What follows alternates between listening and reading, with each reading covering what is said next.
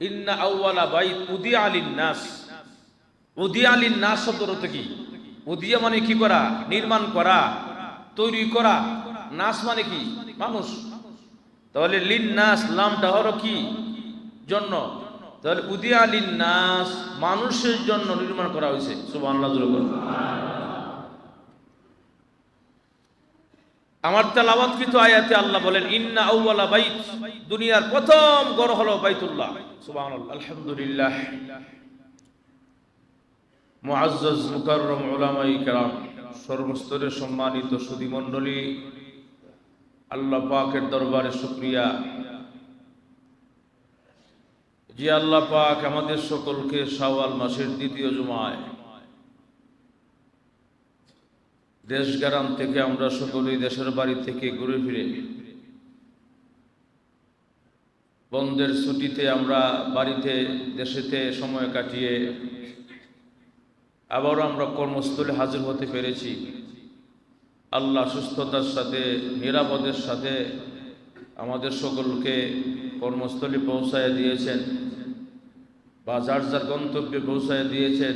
এই জন্য আমরা সকলেই মহান মালিকের দরবারে কালিমাত শুকর আদা করছি, আলহামদুলিল্লাহ। বহু মানুষ দেশে গেছিল কিন্তু নিরাপদে আসতে পারে নাই। বহু মানুষ বিভিন্ন জায়গা দেশের প্রান্তে চলে গিয়েছিল, নিরাপদে আসতে পারে নাই। অ্যাক্সিডেন্টে সমস্যা হয়ে গেছে, মারা গিয়েছে, বিভিন্ন ক্ষয়ক্ষতি হয়েছে, ঝামেলা হয়েছে।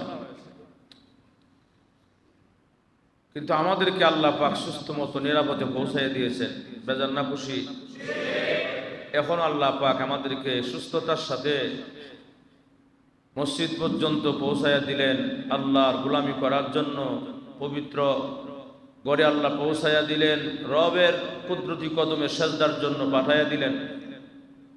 এজন্য আমরা আল্লাহ পাকের শুকরগুজার হচ্ছি আবার, আলহামদুলিল্লাহ। গত জুমা শাওয়াল মাসের প্রথম জুমা ছিল।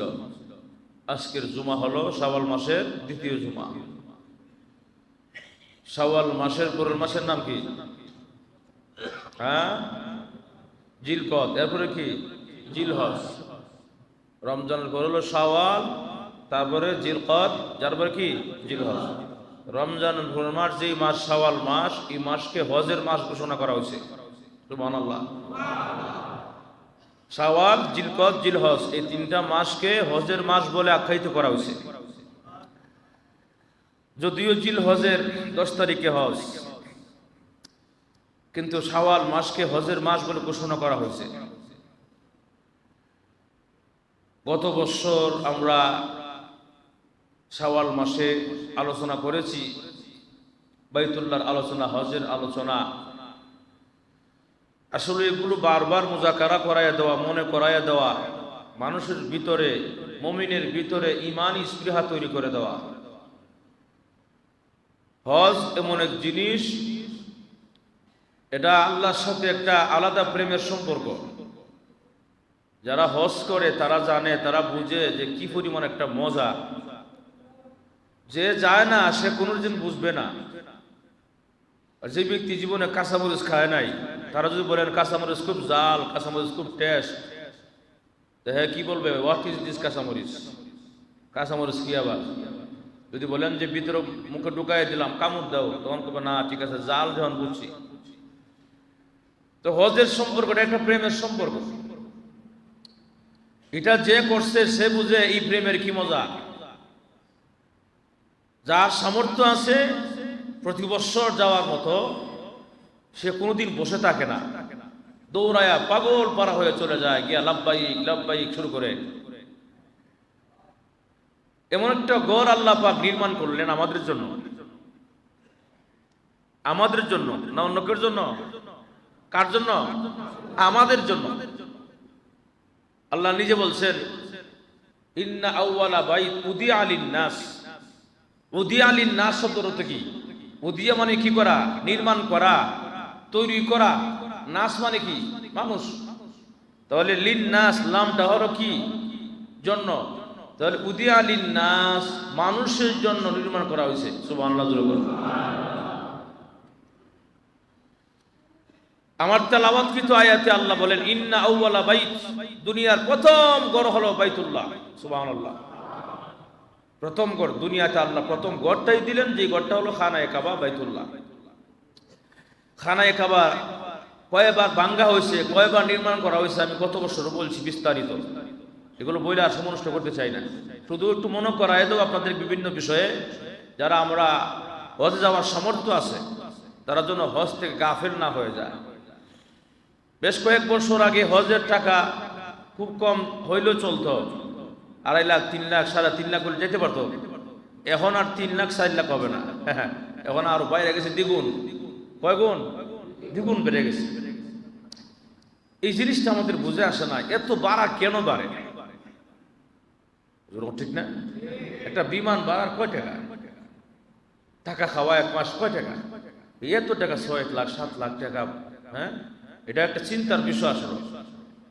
আমার তো কেমন যেন মনে হয় এটা কোনো ইহুদি খ্রিস্টানদের ষড়যন্ত্র চক্রান্ত চলতেছে যাতে মানুষ হজ না করে। কথা কথা, কিন্তু আমি দেখতেছি হজ হাজিদের সংখ্যাটা দিন দিন বাড়তেই আছে। যতই হজের টাকা বাড়ায়, যারা আল্লাহওয়ালা, যারা আল্লাহর প্রেমে মগ্ন, তাদেরকে কোনোদিন টাকা বেশি আর বিল বেশি, ভাড়া বেশি কোনোদিন আটকায় রাখতে পারে না। তারা অবশ্যই আল্লাহর কাছে চলে যায়। সুবহানাল্লাহ জোরে বলেন। কারণ এটা একটা প্রেমের সম্পর্ক, আমি আগে বলছি আল্লাহর সাথে। আমরা অনেকেই দেখতে সুন্নত পড়তেছে, এটা কিন্তু বিষয় অতিরিক্ত। বয়ান যখন শুরু হবে কোনো সুন্নত নাই, আমরা সুন্নতের সময় দেই ইনশাআল্লাহ। বয়ান যখন শুরু হয় তখন কোনো সুন্নত হবে না। যারা আসবেন বসে যাবেন। দ্বীনি কথাবার্তা শোনা, আলোচনা শোনা নফল নামাজ থেকে উত্তম। দ্বীনি কথাবার্তা শোনা, দ্বীনি আলোচনা শোনা, মাসলা মাসাইল শোনা, এটা নফল নামাজ থেকেও কি উত্তম। এই জন্য দ্বীনি আলোচনা শোনা। যারা আসবেন অবশ্যই বসে যাবেন, আর কোন সুন্নত পড়বেন না। যেহেতু আমরা পরবর্তীতে বয়ানের পরে 5 মিনিট 7 মিনিট সুন্নত সময় দেই, কথা বলা সময় দেওয়া হয় না। সুন্নতের সময় যেহেতু বয়ানের পরে দেওয়া হয়, এর পরবর্তীতে আর কোনো সময় সুন্নত পড়ার চেষ্টা করবেন না। এর আগে আগে অবশ্যই আসলে বসে যাবেন ইনশাআল্লাহ। কারণ আপনি সুন্নত করবেন, আমি বয়ান করবো, এটা একটা ব্যাঘাত সৃষ্টি করে। এতে করে আমার সমস্যা হয়। আর একবার নামাজ পড়ে আমি কেমনে কথা বলি, যেরকম ঠিক না? তাহলে হজের সম্পর্কটা আল্লাহর সাথে একটা প্রেমের সম্পর্ক। এই জন্য আওলা খুশি হইয়া মানুষ যায়। যখন নাকি বাংলাদেশ থেকে যখন তারা এহরাম বেঁধে যায়, বাংলাদেশ থেকে যখন এহরাম বাঁধে অথবা এয়ারপোর্ট থেকে এহরাম বেঁধে তারা চলে যায়, এহরাম মানে একদম সিলাইবিহীন কাপড়। এই কাপড় আজীব এক ব্যাপার, সিলাইবিহীন কাপড়। গায়েরটাও সিলাইবিহীন, যার লঙ্গির মতো পড়লো এটাও কি সিলাইবিহীন, কোনো সিলাই নাই, সাদা 2টা কাপড়, একটা চাদর একটা লঙ্গি, সেলাইবিহীন। এর দ্বারা কি বুঝাইলো? সাদা কাপড় তোমার গায়ে লাগাই ফেলছো, এভাবেই কি তোমাকে একদিন সাদা কাপড় সিলাইবিহীন কাপড় পরে দুনিয়া থেকে বিদায় হতে হবে। হজের কার্যক্রমগুলো আখিরাতের কথা স্মরণ করায় দেয়। হজের কার্যক্রমগুলো আখিরাতের কথা, কবর জগতের কথা স্মরণ করায় দেয়। এই জন্য কবর জগতের কথা স্মরণ করা। আর হজ এমন এক জিনিস, আল্লাহর সাথে একটা মহব্বতের সম্পর্ক। আওলা খুশি হইয়া দেখবেন সেলাইবিহীন কাপড় তো গায়ে আসেই। এরপরে যখন শুরু করলো লামা, ওই সৌদি আরব মানে আপনার ইহরামাত কাপড় বাঁধার পর থেকে তার শুরু হইলো ওই জায়গার ফিকির। আর একটাই মুখে শব্দ, লাব্বাইক আল্লাহুম্মা লাব্বাইক। আছে না নাই?